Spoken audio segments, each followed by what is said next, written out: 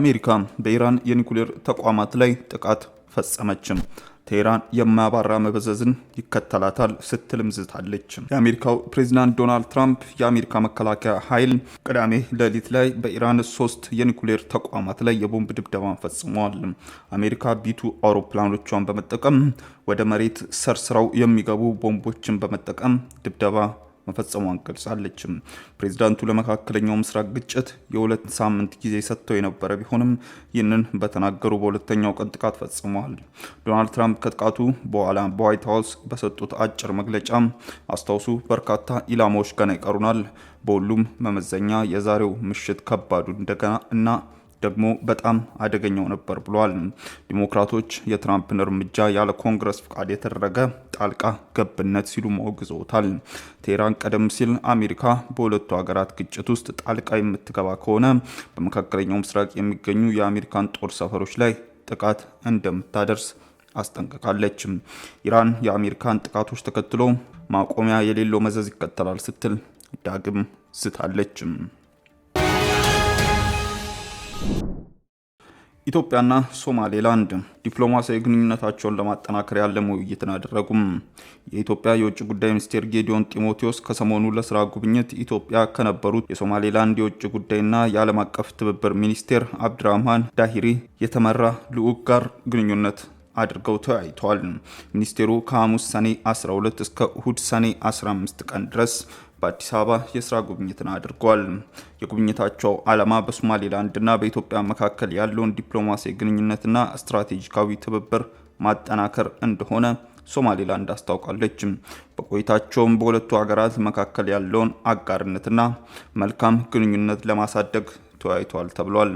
ከውይይቱ በኋላ የሶማሌላንድ የውጭ ጉዳይና ዓለም አቀፍ ትብብር ሚኒስቴር አብድራህማን እንደገለጹት በኢትዮጵያና በሶማሌላንድ መካከል ያለው የቆየ ግንኙነትን ለማጠናከር ከኢትዮጵያ ውጭ ጉዳይ ሚኒስቴር ጌዲዮን ጢሞቴዎስ ጋር በመገናኘት ክብር ይሰማናል ብለዋል። አክለውም የኢትዮጵያ መንግስት ላደረገልን ደማቅ አቀባበል እናመሰግናለን። የጋራ ጥቅሞቻችንን የሚያሳድጉ የትብብር ጥረቶችን በጉጉት እንጠብቃለን ሲሉም ገልጸዋል። በትግራይ በሁለት ዓመት ውስጥ 56000 ወጣቶች በአደገኛ መንገድ መሰደዳቸው ተገለጸ። በሁለት ዓመታት ውስጥ 56000 ወጣቶች ከትግራይ በህገ ወጥና አደገኛ መንገድ መሰደዳቸውን የትግራይ ክልል ወጣቶችና ስፖርት ጉዳይ ቢሮ አስታወቀም። በክልሉ ያለው ያልተረጋጋ ፖለቲካዊ ሁኔታና ስራ አጥነት ለወጣቶች ስደት መበራከት ምክንያት መሆኑን የገለጸ ሲሆን የእነዚህ ወጣቶች መዳረሻ ደግሞ በአብዛኛውን በሳውዲ አረቢያና በሊቢያ በኩል ወደ አውሮፓ መሆኑ ተገልጿል።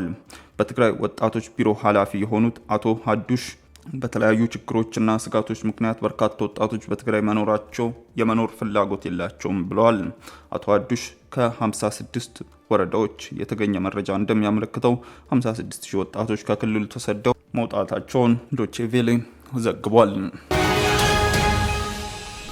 በተያዘው ዓመት 9 ወራት ከዲያስፖራው በህጋዊ መንገድ 5.1 ቢሊዮን ዶላር በሬሜታንስ ወደ ሀገር ተልኳል ተባለም።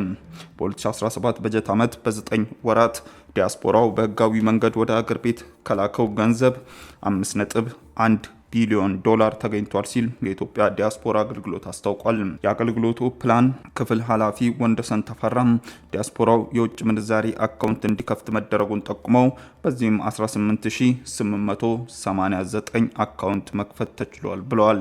በተከፈተው አካውንትም 25.2 ሚሊዮን ዶላር መቆጠቡን ኃላፊው መናገራቸውን ከፋና ያገኘነው መረጃ ያሳያል። ከባለፈው ተመሳሳይ ወቅት ጋር ሲነጻጸር ከፍተኛ እድገት አሳይቷል ማለታቸውን ተካቷል። አገልግሎቱ በጥር ወር ላይ በ5 ወራት ከዲያስፖራው ከ2.6 ቢሊዮን የአሜሪካን ዶላር በላይ የውጭ ምንዛሬ ከሬሚታንስ መገኘቱን ማስታወቁ መዘገባችን ይታወሳል። በሌላ በኩል ዲያስፖራው በህጋዊ መንገድ ከሚልከው ገንዘብ ባለፉት 5 ዓመታት በየዓመቱ በአማካይ ከ4 እስከ 5 ቢሊዮን ዶላር መገኘቱን የኢትዮጵያ ዲያስፖራ አገልግሎት መግለጹን የተመለከተ ዘገባ ባለፈው ዓመት 2016 ዓ.ም ሰኔ ወር ላይ ቀርቦ ነበር። ውድ ተመልካቾቻችን በዕለታዊው የዛሬ ውሎ ፕሮግራማችን ይዘንላችሁ የቀረብናቸው ዋና መረጃዎች እነዚህ ነበሩ። ከፕሮግራም ጋር አብሬያችሁ ቆይታ ያደረኩት እኔ አብዲስ አደፋር ነበርኩ። ከሌሎች የኬሎ ሚዲያ ፕሮግራሞች ጋር መልካም ቆይታ